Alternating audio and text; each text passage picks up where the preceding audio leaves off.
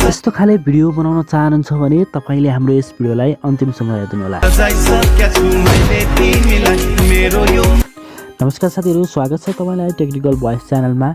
टिकटकमा एकदम ट्रेन्डमा रहिरहेको यस भिडियो लिई हामी उपस्थित भइसकेका छौं।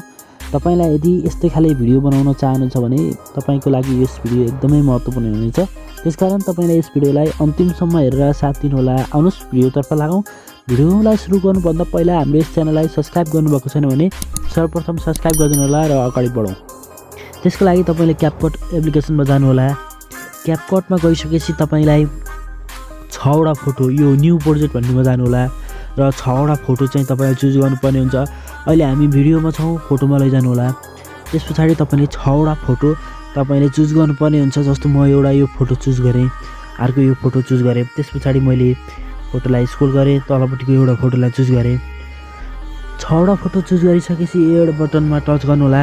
एड बटनमा टच गरिसकेपछि तपाईकोमा यस्तो प्रकारको इन्टरफेस आउनेछ र तपाईले चाहिँ यसलाई तलपट्टि देख्न सक्नुहुन्छ। तपाईले यो फोटोको स्पेस साइज मिलाउनु पर्ने हुन्छ। तलपट्टि देख्न सक्नुहुन्छ यहाँ फर्म्याट भनेको अप्सन छ। यो फर्म्याटमा जानु होला। तपाईले चाहिँ यहाँ गइसकेपछि 16:9 मा टच गरिदिनु होला। त्यसपछि तपाईले ब्याक जानु होला। त्यसपछि यो फोटोलाई रोटेट गर्नु होला। रोटेट गर्नको लागि फोटोलाई टच गर्नु होला। त्यसपछि चाहिँ यहाँ एडिट भन्ने अप्सन छ। एडिट भन्ने अप्सनमा जानु होला। यसलाई रोटेट गर्नु होला। यसरी नै रोटेट गर्नु होला। सबै फोटोलाई रोटेट गर्नु होला। सेम प्रोसेस लगाएर सबै फोटोलाई रोटेट गर्नु होला। त्यति गरिसकेपछि तपाईले यो फोटोलाई चाहिँ हाम्रो यो साइज अनुसार टक्क मिलाउनु होला। यसरी टक्क जुम गर्नु होला, हल्का जुम गर्नु होला, टक्क मिलाउनु होला। त्यसरी अर्कोलाई त्यही टाइममा टच गर्नु होला र मिलाउनु होला। जुम गरेर यसरी मिलाउनु होला। जस्तो जुम गरेर टक्क मिलाउनु होला र यही टाइममा अर्कोलाई टच गर्नु होला र यसलाई नि जुम गरेर मिलाउनु होला। त्यसरी यसलाई पनि त्यसरी नै जुम गरेर मिलाउनु होला।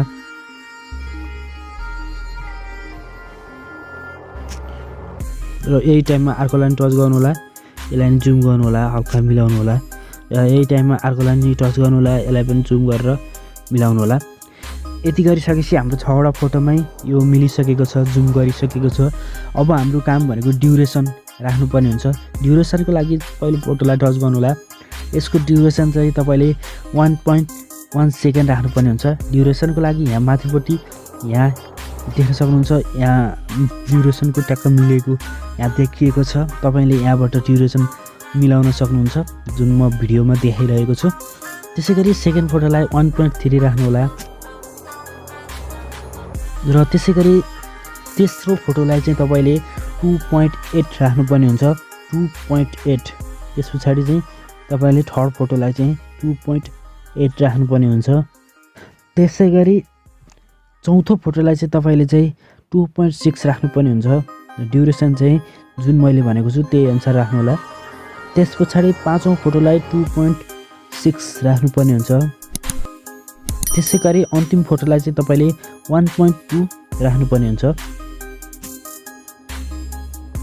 यति गरिसकेपछि यो लास्टमा रहेको यो इन्डिङ भनेर देखाएको यो क्यापकटको वाटरमार्कलाई चाहिँ डिलिट गरिदिनु होला। त्यसपछि तपाईकोमा यस्तो प्रकारको इन्टरफेस खुल्नेछ र हामीलाई चाहिँ एनिमेसन राख्नुपर्ने हुन्छ।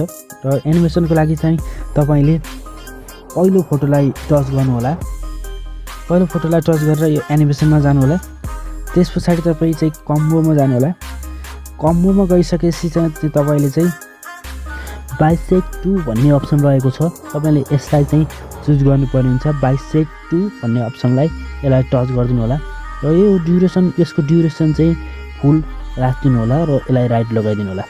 त्यसपछि त्यही टाइममा चाहिँ तपाईले सेकेन्ड फोटोलाई टच गर्नु होला र कम्बोमा जानु होला। त्यसपछि चाहिँ तपाईले ओभल भनेर लेखेको छ, यहाँ चाहिँ WOBBLE भनेर यसलाई चाहिँ टच गरिदिनु होला र यसको ड्युरेसन चाहिँ फुल राखिदिनु होला। त्यही टाइममा चाहिँ तपाईले अर्को फोटोलाई टच गर्नु होला र यसलाई चाहिँ कम्बोमा जानु होला र यहाँ पेन्डुलम इन भनेर लेखेको हुन्छ। पेन्डुलम इन भन्ने अप्सन हुन्छ। यो पेन्डुलम इन 1 भनेर लेखेको हुन्छ। यसलाई चाहिँ टच गरिदिनु होला। त्यसपछि राइट लगाउनु होला। त्यही टाइममा अर्को फोटोलाई टच गर्नु होला र यसलाई पनि सेम पेन्डुलम इन भन्नेलाई चाहिँ लगाइदिनु होला बाँकी रहेका सम्पूर्ण फोटोमा ड्युरेसन फुल राखेर। यति गरिसकेपछि तपाईँ चाहिँ फर्स्ट फोटोमा आउनु होला। फर्स्ट फोटोमा आइसकेपछि तपाईँ चाहिँ यसलाई चाहिँ इफेक्ट राख्नुपर्ने हुन्छ। इफेक्टको लागि फर्स्ट सुरुमा ल्याउनु होला, त्यस पछाडि इफेक्टमा टच गर्नु होला र भिडियो इफेक्टमा जानु होला। त्यस पछाडि चाहिँ बेस भनेर लेखेको छ, बेस भन्ने अप्सनमा जानु होला। त्यस पछाडि चाहिँ तपाईँले सेक भन्ने अप्सन पाउनुहुन्छ। सेक भन्ने अप्सनलाई चाहिँ टच गरेर यसलाई चाहिँ फुल भिडियोमा मिलाउनु होला। जस्तो कि एउटा तपाईँको भिडियो जत्रो छ त्यही अनुसारको साइज अनुसारको मिलाउनु होला। त्यस पछाडि सेकेन्ड फोटोको सुरुमा आउनु होला र यसको चाहिँ भिडियो अप्सनमा जानु होला र त्यस पछाडि चाहिँ यसलाई पनि मोड भन्ने अप्सनमा लानु होला। मोड अप्सनमा लानु होला। त्यस पछाडि चाहिँ मेटेयर भन्ने अप्सन छ, यो सेकेन्ड नम्बरको मेटेयर भन्ने अप्सन चुज गरिदिनु होला र मेटेयर भन्ने अप्सनलाई चाहिँ यो भिडियोभरि मिलाएर राख्नु होला। जस्तो यसको साइज अनुसारको ट्याक्क मिलाएर यसको यति भयो। यसको चाहिँ यसलाई पनि यो भिडियो अनुसारमा लानु होला र बाँकी रहेका सम्पूर्ण फोटोलाई पनि मेटेरियल भन्ने अप्सन लगाउनु पर्ने हुन्छ। यसलाई कपी गर्दै लानु होला र यो भिडियोको साइज अनुसार बढाउँदै लानु होला, ट्याक्कै साइज अनुसार मिलाउनु होला र यसलाई चाहिँ कपी गर्दै लानु होला।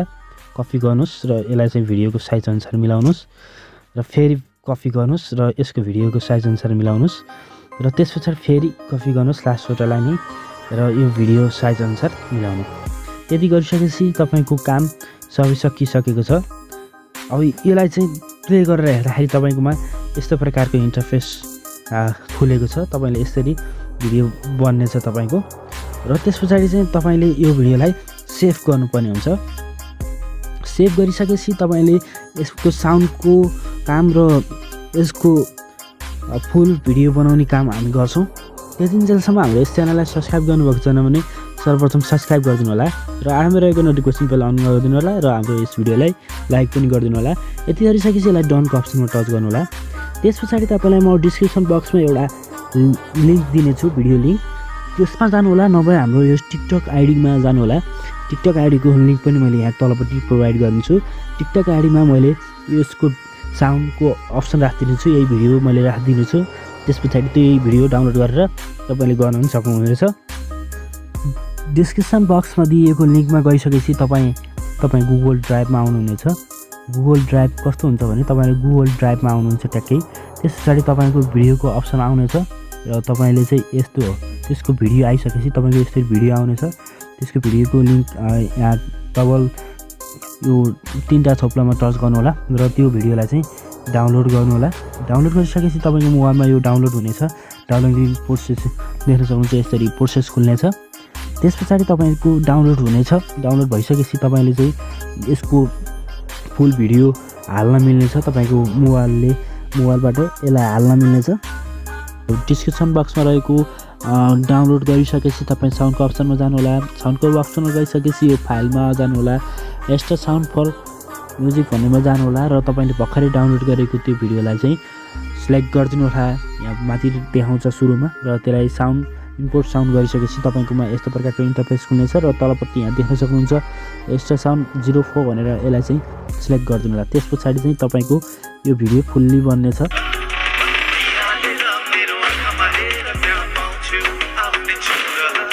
यसरी चाहिँ तपाईँले आफ्नो भिडियो बनाउन सक्नुहुनेछ। तपाईँलाई आजको यस भिडियो कस्तो लाग्यो सुझाव सल्लाह प्रतिक्रिया दिन नभुल्नुहोला र आगामी दिनमा हामी यस्तै भिडियोको साथ उपस्थित हुनेछौँ। त्यतिन्जेलको लागि बिदा दिनुहोस्। नमस्ते। तपाईँको दिन शुभ रहोस्। जय नेपाल।